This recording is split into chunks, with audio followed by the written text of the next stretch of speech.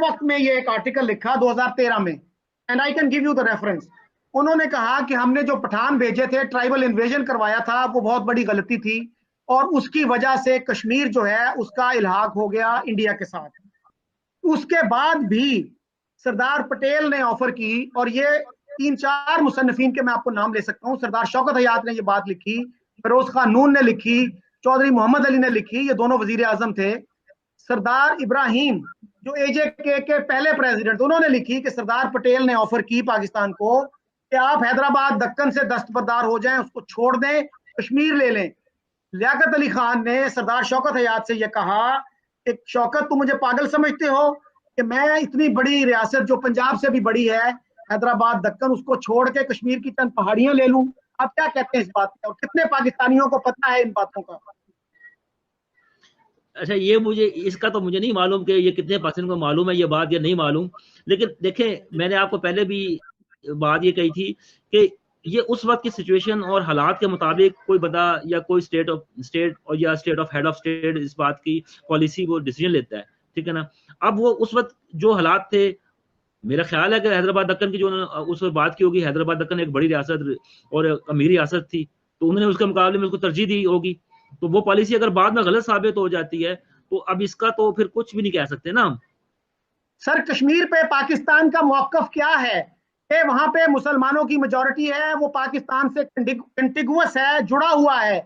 हैदराबाद दक्कन पे आपका क्या क्लेम था? उसकी आबादी 80% आबादी हिंदू थी, आपके साथ कोई बॉर्डर नहीं लगता था। आपने जूनागढ़ की भी एक्सेशन इसी तरह कबूल की, जिसके बारे में एम्बेसडर जो है, हमारे एक एम्बेसडर हैं, उन्होंने ये लिखा कि पाकिस्तान का केस कश्मीर पे इरोड हो गया, आपने जूनागढ़ की एक्सेशन कबूल की। सर, हमारे जो लीडर्स थे उनकी फोरसाइट कहां गई थी? उनको अंदाजा नहीं था कि हम कश्मीर पे अपना केस खराब कर रहे हैं।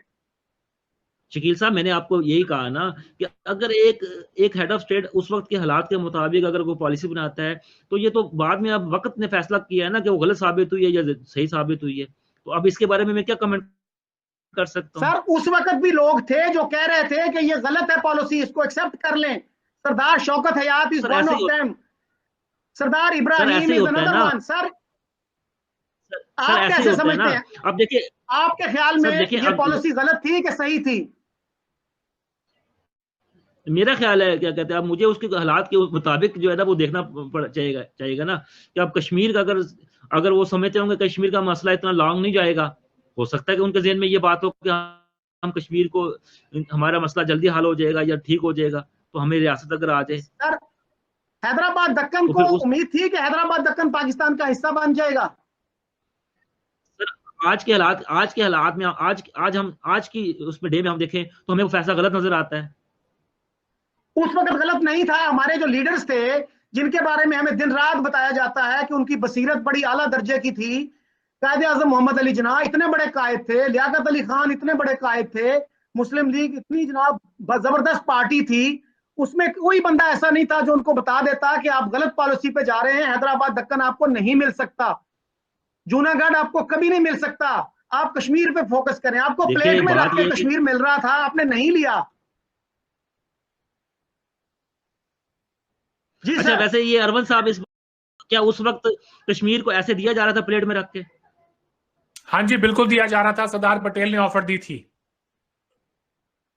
अच्छा, तो सर ये क्यों बातें तो उसके बाद फिर क्या हुआ कि नहीं बताई जाती? अगर ये आप आवाम को बताएंगे तो फिर वो कश्मीर पे इतना जज्बाती तरीके से रिएक्ट नहीं करेंगे, वो रैशनल तरीके से बात करेंगे। क्वेश्चन आ गया ना सर, क्वेश्चन आ गया ना कि अगर उस वक्त सरदार पटेल साहब ने प्लेट में रखकर दे रहा था तो फिर इंडिया का बाद में क्या चेंज हुआ कि उन्होंने बाद में वो इसको इशू को लेके चल रहे हैं वो भी, तो वो क्यों नहीं कहते कि ठीक है यार, इसको मसले को हल करें, खत्म करते हैं बात को, चले आप ले लें या चले छोड़ दे, आजाद कर देते हैं। जमान साहब, if you miss the bus, you miss the bus. ये नहीं होता कि आज आपको एक ऑफर की जा रही है, 10 साल बाद आप कहें नहीं नहीं अब मुझे वो दे दो, फिर आप 50 साल बाद कहें नहीं अब वो मुझे दे दो। चले सर, आपके जो लीडर्स थे, इसका मतलब ये हुआ, प्लीज सुने। अब तो अगर अब की बात आप ऐसी बात कर रहे हैं, सुने आप जो बात कर रहे हैं ना, उसमें ना सर है ना पैर है। अगर आप कह रहे हैं कि, तो उस हिसाब से तो कांग्रेस की जो लीडरशिप थी फ्रंटियर में, वो इंडिया के साथ में जुड़ना चाहती थी, तो क्या आप इंडिया को, आप अपना फ्रंटियर इलाका इंडिया को दे देंगे? मैंने तो, आप भी बिल्कुल दुरुस्त कह रहे हैं। मैंने सर यही पूछा नरवल साहब कि अगर सरदार, आपने कहा जी सरदार पटेल साहब ने ये ऑफर की थी, तो मैंने यही पूछा है, मेरा क्वेश्चन यही है कि फिर अगर सरदार पटेल साहब ने ये ऑफर की थी, तो उसके बाद क्या हुआ? इंडिया के मौक़िफ़ में क्या चेंज आ गया? क्यों चेंज आ गया? क्यों चेंज आ गया? Because of the tribal invasion of Kashmir that you did. अच्छा, अगर वो आप ना करते, ट्राइबल इन्वेजन नहीं करते, पाकिस्तानी आर्मी कबायलियों को मदद नहीं करती, तो आज कश्मीर तो आजाद ही था। आपने महाराजा कश्मीर के साथ में स्टैंड स्टिल अग्रीमेंट साइन किया था कि आप उन पर अटैक नहीं करेंगे, मगर आपने किया। अच्छा चलें, अगर एक लम्हे के लिए आपकी बात को मैं तस्लीम कर लेता हूं, तो आपकी इंडिया एक लम्हे के लिए नहीं है, ये फैक्ट है तारीख का। ट्राइबल इन्वेजन हुई पाकिस्तान की तरफ से, आपकी रेगुलर आर्मी ऑफिसर्स उसमें शामिल थे, आपकी जीएचक्यू से उनको असला दिया गया, 3 लाख रुपए आपकी ट्रेजरी में से दिए गए। क्वेश्चन तो आपको नहीं पता ये बात? सर क्वेश्चन तो सुन लेना। क्वेश्चन ये है कि चलें कि आप ये, हम आपकी इस बात को मैं मान लेता हूं, चलें, क्वेश्चन ये है मेरा कि क्या इसके बाद इंडिया को, ये इंडिया की तरफ से क्या पहल हुई कि वो रिजॉल्व करने को, इस इशू को रिजॉल्व करने के लिए कुछ करते? बहुत ही अच्छा सवाल, बहुत ही अच्छा सवाल। हमने क्या किया, हम इस मसले को यूएन में लेकर गए। यूएन ने इसके ऊपर बहुत सारी रेजोल्यूशन पास करी।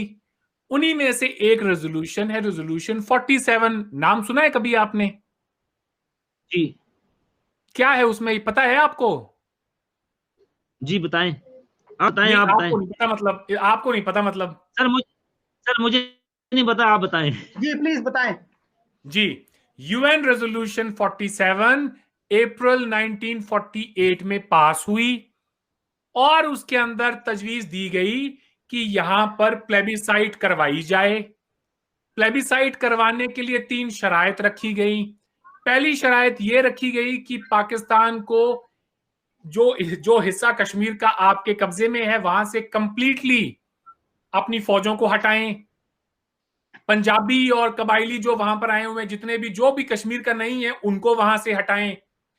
फिर इंडिया भी डीमिलिटराइज करेगा, लेकिन इंडिया को इजाजत होगी कि वो मिनिमल अमाउंट पर अपनी फोर्सेस को वहां पे डिप्लॉय कर सके to maintain law and order.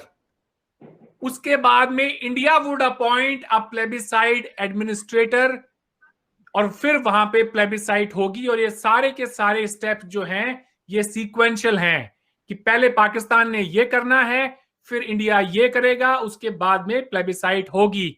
Pakistan ने कभी भी अपने फोर्सेस को विड्रॉ नहीं किया, उसके बाद ना ही कभी पंजाबी को विड्रॉ किया, और सर उसके बाद कभी फिर वहां पे रेजोल्यूशन का आगे फुलफिल करने का जो क्या कहते हैं चांस था, वो खत्म हो गया। You missed the boat again. उसके बाद आपको मैं बता दूं, बात उसी रेजोल्यूशन पर खत्म नहीं हो जाती है। उसके बाद एक और रेजोल्यूशन है, and let me read it out to you. ये तो बड़ा अच्छा किया, ये तो बिल्कुल हैंडी है मेरे पास ये इंफॉर्मेशन। उसके बाद एक और यूएन करारदाद पास करता है, और वो करारदाद क्या है, उसका नंबर बता देता हूं, वो है 51। और ये पास होती है जून के महीने में, 2 महीने बाद। और उसमें फिर से याद कराया जाता है पाकिस्तान को कि आप जो क्या कहते हैं रेजोल्यूशन 47 है, उस पर अमल दरामद करें, अपनी फोर्सेस को विड्रॉ करें। पाकिस्तान ने नहीं किया।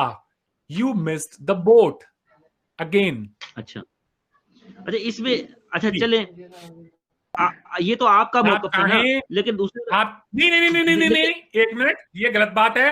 ये मेरा मौक़िफ़ हरगिज नहीं है जनाब वाला। आपको मैं यूनाइटेड नेशंस की, मेरा मौक़िफ़ नहीं है।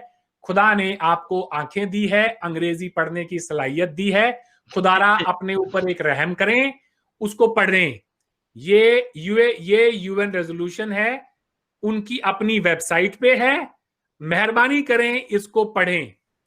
मेहरबानी करें इसको पढ़े ताकि अरविंद साहब, बात ये है कि इंडिया ने अपने स्टेप चले, पाकिस्तान अगर वो है तो आप उसको, आप अपना एक अगर अच्छा जेस्चर देते और आप अपनी फोर्सेस को विड्रॉ कर लें, जेस्चर कर अच्छा नहीं, अच्छा बुरा नहीं होता है। यूएन के अंदर जेस्चर पे काम नहीं चलता है, यूएन पे सिग्नेटरी जो होते हैं, साइन करते हैं, वो काम देता है। जब किसी लीगली ऐसे नहीं होता है, यहाँ पे कोई दरियादिली की बात नहीं होती है सर। एक मिनट, लीगल डॉक्यूमेंट्स की कोई हैसियत होती है, लीगल डॉक्यूमेंट्स की हैसियत होती है। आपने ये मसला जो है ये उस वक्त हल नहीं होना था, यू मिस द बोट। फिर आपने 65 की जंग कर दी और जंग के बाद में तो ये किस्सा ही खत्म कर दिया।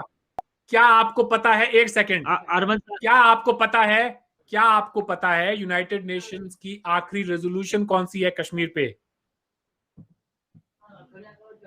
क्या आपको पता है रेजोल्यूशन कौन सी है लास्ट कश्मीर पे? जी बताएं। 49 नहीं जनाब, 307 है, और वो भी 21 दिसंबर 1971 को, जब आप जंग हार गए थे ईस्ट पाकिस्तान में। उसके बाद में यूएन ने आखिरी बार रेजोल्यूशन पास करी है कि from now on this is a bilateral issue. आप जाने, आपका काम जाने, हम इस मसले से बाहर हैं।